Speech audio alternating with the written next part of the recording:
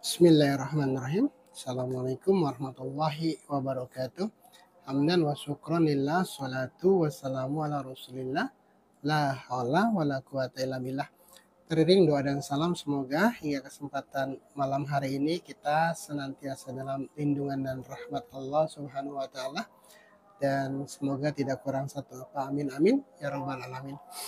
Malam ini anginnya bertiup cukup kencang dan terlihat tanaman di belakang saya ini bergoyang-goyang di tiup angin. Begitu juga pepohonan lain di sekitar saya. Tanaman-tanaman ini saya tanam ketika masa Covid dulu, ketika saya masih banyak beraktivitas di rumah, dan hingga sekarang sebagiannya masih ada. Dan tadi pepohonan ini tumbuh cukup bagus dan menarik. Pada saat ini pohonan di belakang saya ini bergoyang-goyang di tiup angin. Setelah tadi siang itu diterpa panas yang cukup terik, kemudian tadi sore juga diguyur hujan yang cukup lebat. Jadi lengkap, hari ini saja pepohonan ini sudah diterpa panas yang cukup terik, diguyur hujan yang cukup lebat, dan sekarang digoyang-goyang oleh angin. Saya sangat menyayangi tanaman-tanaman ini, dan pertanyaannya adalah apakah jika saya menyayangi tanaman ini kemudian saya harus memindahkan tanaman-tanaman ini ke dalam sebuah ruangan ke dalam kamar yang tidak terkena matahari, yang tidak diterpa angin dan tidak diguyur hujan? Tentu tidak. Itu tidak mungkin saya lakukan, karena ketika saya memindahkan tanaman-tanaman ini ke dalam ruangan yang tadi saya sebutkan, justru tanaman-tanaman ini akan layu dan pada akhirnya mati. Karena ketiadaan matahari, ketiadaan angin, dan ketiadaan hujan, ketiadaan air akan menghambat proses fotosintesisnya, yang artinya juga akan mematikan tanaman ini secara perlahan. Jadi apa yang saya lakukan? Saya membiarkannya dalam tanda kutip, tanaman itu diterpa angin, diguyur hujan, dan disengat terik matahari. Yang paling mungkin saya lakukan adalah saya mengganjalnya, menopangnya, agar kemudian tanaman ini tidak roboh karena terpaan angin yang cukup kencang. Itu yang saya lakukan, dan itu cara yang paling bijak. Karena sekali lagi tidak mungkin saya pindahkan ke dalam kamar, atau ketika saya pindahkan ke tempat lain pun niscaya angin, niscaya hujan, niscaya panas itu juga akan ada. Misal di Kerawang saat ini lagi musim hujan, lagi panas, dan juga anginnya cukup kencang. Kemudian saya berinisiatif untuk memindahkan tanaman-tanaman ini ke Cirebon. Apakah kemudian di Cirebon itu tidak panas? Apa kemudian di Cirebon itu tidak ada angin? Apakah di Cirebon juga tidak ada hujan? Tentu sama. Kondisinya akan sama. Angin, panas, dan hujan itu ada di semua tempat. Bukan hanya di Kerawang, bukan hanya di Cirebon, bukan hanya di Jakarta. Bahkan ketika kita pindahkan misalkan tanaman-tanaman ini ke Amerika lah yang jauh. Di sana, di Amerika pun ada yang namanya angin, di Amerika pun ada yang namanya panas, di Amerika pun ada yang namanya hujan. Jadi sama. Makanya hal terbaik yang bisa kita lakukan untuk menyayangi tanaman-tanaman ini adalah dengan cara kita menopangnya, dengan cara kita mengikatnya, memberi bantuan agar kemudian tanaman-tanaman ini tidak terhempas ketika tertiup angin. Lalu apa kaitannya dengan kehidupan kita? Kalau tadi tanaman itu niscaya kena panas, niscaya kena angin, niscaya kena hujan. Kita dalam kehidupan ini pasti bukan mudah-mudahan akan terkena terik panasnya kehidupan, akan diguyur oleh lebatnya hujan kehidupan, oleh hembusan angin kehidupan. Apa terik yang kita rasakan dalam kehidupan? Yaitu perasaan-perasaan tidak nyaman.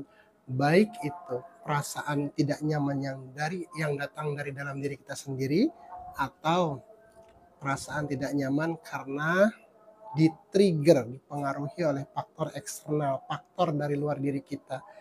Misal perasaan tidak nyaman yang menyengat kehidupan kita adalah keinginan kita yang melampaui kemampuan kita. Saya ulang, bahwa salah satu contoh yang menyengat kehidupan kita, yang membuat kehidupan kita tidak nyaman adalah ketika keinginan kita, ketika irodah kita itu melampaui dari kemampuan kita, itu akan membuat kita tidak nyaman. Kita jadinya dipacu untuk berpikir, bahkan harus memeras keringat, membanding tulang, menjadikan kepala sebagai kaki, kaki sebagai kepala, untuk mengejar apa yang kita inginkan meskipun itu sedikit mustahil. Jadi salah satu contohnya itu perasaan tidak nyaman yang timbul dari dalam diri kita adalah ketika kita memiliki irodah yang tidak terkontrol, irodah yang tidak terkendali, irodah yang di luar kemampuan kita.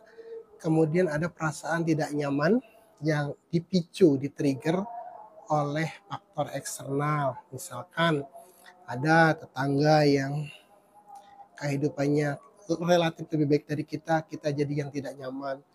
Ada tetangga yang beli mobil baru, kitanya yang jadi meriang. Ada tetangga yang kemudian jabatan, kitanya yang uring-uringan. Itu sebenarnya adalah sengatan panas kehidupan yang tanpa kita sadari itu akan mendera kehidupan kita. Kemudian juga ketika kita merasakan hembusan angin yang kencang dalam kehidupan kita, misal ketika kita dalam keadaan sempit, dalam keadaan tidak punya pekerjaan, dalam keadaan kekurangan, dalam keadaan sakit, itu laksana hembusan angin yang cukup kencang, yang pasti akan menerpa siapapun, terlepas dari apapun profesinya, terlepas dari apapun posisinya, terlepas dari berapapun banyak uangnya, terlepas dari setinggi apapun strata sosialnya, tapi pasti akan mengalami hal-hal seperti itu, perasaan-perasaan yang kemudian membuat kita tidak nyaman. Begitupun dengan hal-hal lain yang ibaratnya sama dengan panas, sama dengan air, sama dengan angin tadi. Kehidupan kita pun seperti itu. Lalu kemudian ketika kita berpikir bahwa ketika saya di sini saya mengalami hal-hal seperti itu, saya memutuskan untuk pindah dengan harapan saya tidak ketemu tetangga yang seperti itu, saya tidak ketemu rekan sekerja yang kita tidak sukai, kita tidak ketemu kondisi dan situasi yang membuat kita tidak nyaman. Anda atau kita, apakah kita yakin jika di tempat lain kita tidak menemukan hal yang serupa? Sama sejatinya seperti angin ada di mana-mana, sama sejatinya seperti panas pasti ada di mana-mana, hujan pun ada di mana-mana. Ketika kemudian kita pindah dari satu tempat yang kita anggap tidak nyaman, dengan harapan di tempat baru kita tidak menemukan sama sekali kondisi yang kita sedang alami, itu hampir mustahil. Karena dimanapun kita berada, akan ada orang yang membuat kita tidak nyaman, akan ada situasi dan kondisi yang membuat kita tidak nyaman, akan ada momen yang membuat kita tidak nyaman. Jadi sebelum kita memutuskan pindah atau beralih dari satu tempat ke tempat lain, dari pekerjaan ke pekerjaan lain, kita harus tahu dulu kenapa yang membuat kita tidak nyaman. Karena yaitu tadi, ketika kita pindah pun pasti akan menemukan hal yang sama, sementara kita tidak tahu apa yang menyebabkan kondisi itu. Jangan-jangan justru trigger ketidaknyamanan itu datang dari dalam diri kita, bukan karena lingkungan, bukan karena faktor eksternal, bukan karena teman kerja, bukan karena atasan kita, bukan karena apa-apa, tapi karena kitanya sendiri yang tidak bisa memanage bagaimana perasaan kita untuk tetap stay sebagaimana tanaman itu, untuk bisa tetap bertahan hidup dalam kondisi cuaca yang berubah-ubah, baik ketika panas, baik ketika hujan, maupun ketika dihempas angin. Kalau tadi tanaman untuk bisa bertahan dari hempasan angin, dari guyuran hujan dan terik matahari, itu harus topang dengan bambu, dengan kayu atau dengan diikat batangnya, maka penopang kehidupan kita untuk bisa stay, bisa stable, bisa stabil, dan tetap kokoh, tetap melangkah dengan nyaman, maka topangan itu adalah keimanan. Saya ulang, agar kita bisa menjalani kehidupan ini dengan nyaman, dengan stabil, maka topangan yang kita perlukan yang pertama adalah keimanan. Keimanan ini lebih dari sekedar penopang.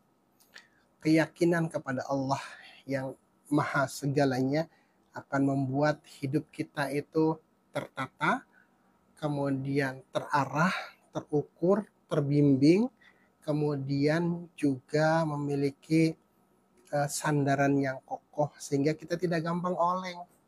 Kita kemudian tidak gampang baperan, tidak gampang kemudian dikit-dikit menyalahkan kondisi, dikit-dikit menyalahkan lingkungan, dikit-dikit menyalahkan teman, dikit-dikit menyalahkan faktor eksternal tanpa kita tahu penyebabnya sangat mungkin dari dalam diri kita. Maka yang pertama yang harus kita perbaharui, topangan yang harus kita miliki adalah keyakinan dan keimanan yang kuat terhadap Allah Subhanahu wa taala. Bahkan sebuah jurnal dari sebuah majalah yang cukup terkenal di Amerika itu melansir, menerbitkan sebuah artikel yang sangat menarik tentang kebahagiaan yang dalam hal ini sama dengan stabilnya kehidupan kita, yaitu kebahagiaan. Di jurnal tersebut menyatakan bahwa memang tidak ada ukuran pasti untuk mengukur seberapa besar kadar kebahagiaan seseorang, tapi dilansir, disinyalir bahwa faktor terpenting yang bisa menopang, yang bisa menunjang, yang bisa membuat seseorang bahagia adalah rasa syukur dan keyakinan kepada Allah Subhanahu wa taala. Saya ulang bahwa di jurnal majalah yang terbit di negara yang notabene non-muslim kebanyakan itu bisa menerbitkan artikel yang menyatakan bahwa dua faktor utama yang menjadi penopang dan penunjang kebahagiaan seseorang adalah rasa syukur dan keyakinan kepada Allah. Nah, ketika kita kemudian mengalami hal-hal yang tidak nyaman tadi, mungkin keyakinan kita kepada Allah lagi berada di level yang kurang bagus atau lagi turun. Jadi ketika keimanan seseorang sedang turun, itu sepertinya kehidupan ini gelap gulita. Melakukan ini salah, mengerjakan ini salah, diam salah, bergerak salah. Kemudian kita serba ragu-ragu, kita serba tidak yakin, kita serba mang-mang itu bahasa Cirebon. Dan dengan keraguan itulah, dengan ketidakyakinan itulah, maka kehidupan kita menjadi tidak stabil, kita oleng, kita gampang limbung, kita gampang goyah. Meskipun masalahnya mungkin tidak seperti masalah yang besar lah. Kalau dalam tumbuhan tidak, anginnya bukan angin topan, sebenarnya angin-angin biasa saja. Tapi ketika kitanya tidak siap terhadap kondisi yang sangat mungkin kita alami tersebut, kita gampang limbung, kita gampang oleng. Misal ketika kita biasanya menerima gajian plus overtime itu 10 juta, tapi karena ada kebijakan yang seolah-olah kemudian membatasi overtime kita, padahal tidak. Itu datangnya dari Allah, bahwa sangat mungkin overtime yang selama ini kita dapatkan ada subhat di situ, ada hal-hal yang tidak bermanfaat atau kurang bermanfaat di situ, atau Allah menghendaki kita lebih banyak waktu untuk keluarga, untuk anak istri kita, daripada sekedar kemudian mengejar overtime habis-habisan. Jadi selalu ada dua sisi yang harus kita pertimbangkan, yang dengan itu kita bisa nyaman menjalani kehidupan dengan kondisi yang berbeda-beda tadi. Kemudian juga misal Misal ketika kita tiba-tiba ada yang ngomongin lah, padahal yang ngomong itu merupakan sebuah nasihat bagi kita, sebuah teguran lah dalam tanda kutip. Tapi karena kondisi kitanya tidak siap, ketika kondisi batiniah kita tidak siap, ketika hati kita labil, maka nasihat yang sebaik apapun seolah-olah itu sebagai hujatan. Kita tidak menangkapnya dengan bijak, kita langsung memvonis bahwa si A itu tidak senang terhadap saya, si A itu benci kepada saya, si A itu memang ingin menjatuhkan saya dan lain sebagainya. Padahal kalau kesadaran kita tinggi, kalau keyakinan kita tinggi, sangat mungkin orang yang kemudian memberi nasihat atau versi kita itu sedang membenci kita itu adalah wasilah dari Allah harusnya. Jadi itu. Kemudian tunjangan kedua, topangan kedua tadi adalah bahwa rasa syukur. Rasa syukur ini merupakan tali, merupakan topangan yang sangat kuat, yang sangat kokoh, sehingga kemudian kita menjadi lebih stabil, lebih nyaman. Ketika kita mendapatkan, katakanlah biasanya kita bicaranya tentang uang, ketika mendapatkan penghasilan yang lebih sedikit, ya kita tetap bersyukur. Banyak ya alhamdulillah.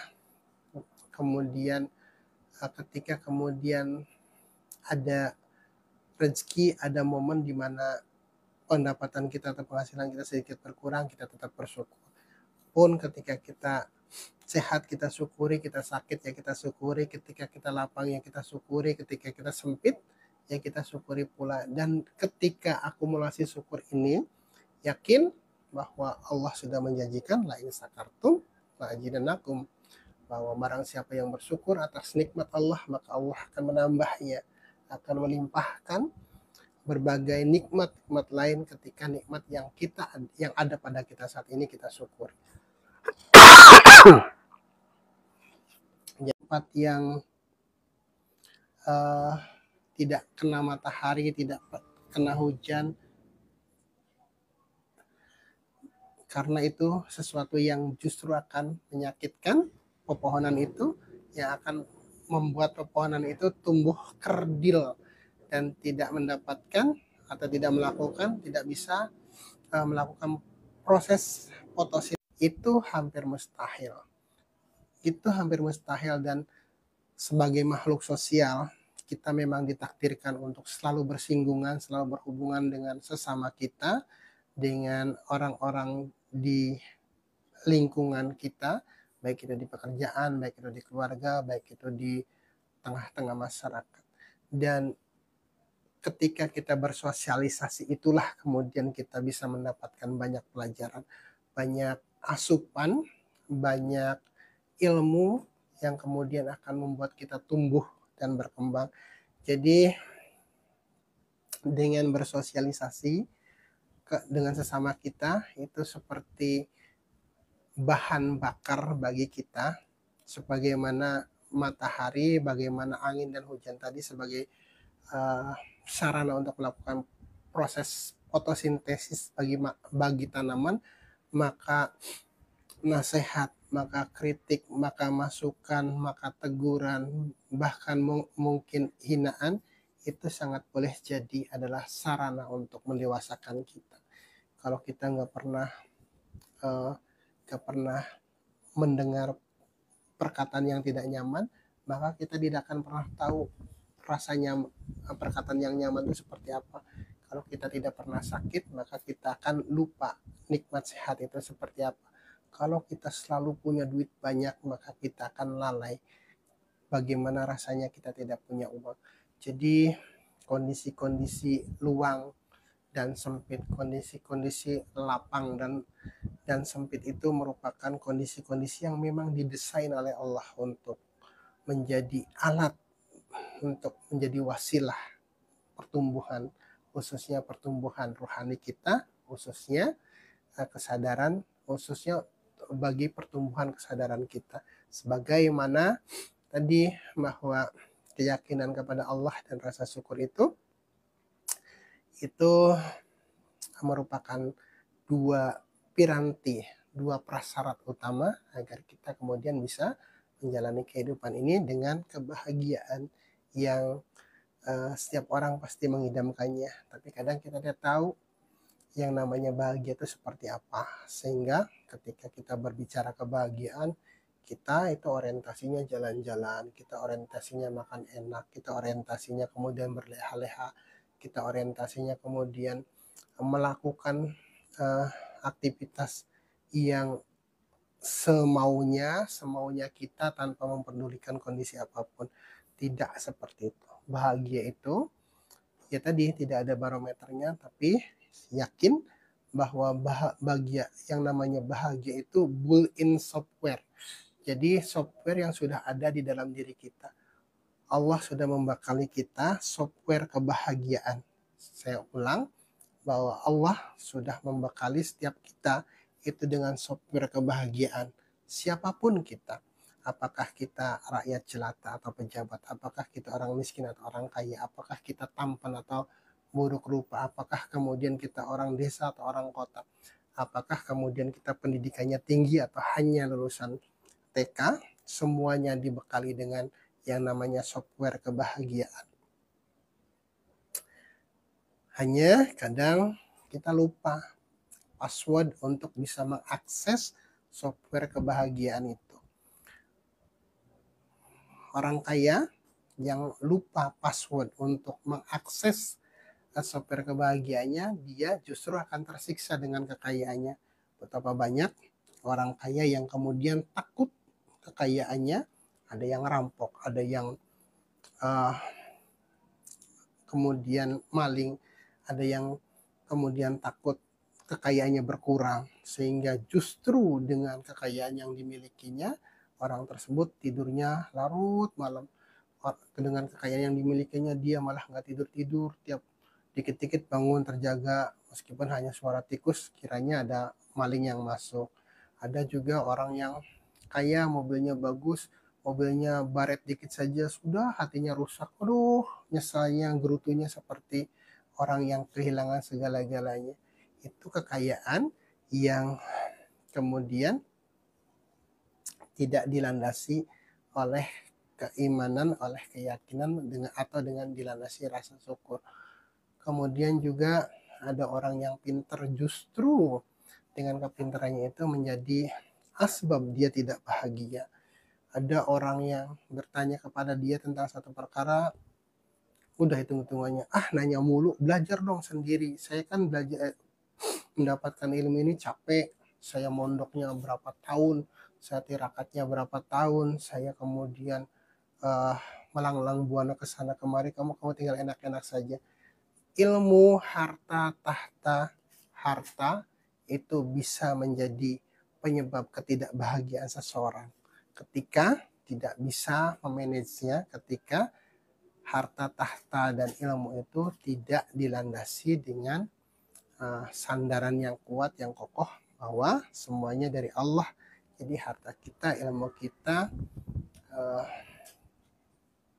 tahta kita adalah amanah dari Allah, bukan karena kita pandai, karena pintar semata, bukan karena kita kemudian ijazahnya berderet, tidak.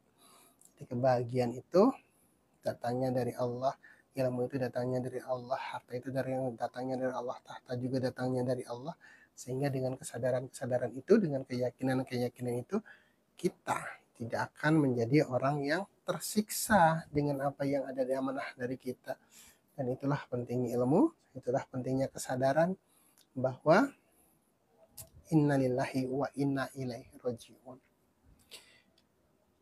Dan mungkin kita selama ini hanya memaknai kalimat agung itu, kalimat innalillahi wa inna ilaihi rajiun itu hanya sebatas ketika kita mendengar atau melihat ada kemalangan, ada yang meninggal, padahal yang membutuhkan atau yang justru membutuhkan kesadaran akan innalillahi wa inna ilaihi rajiun itu bagi kita yang masih hidup.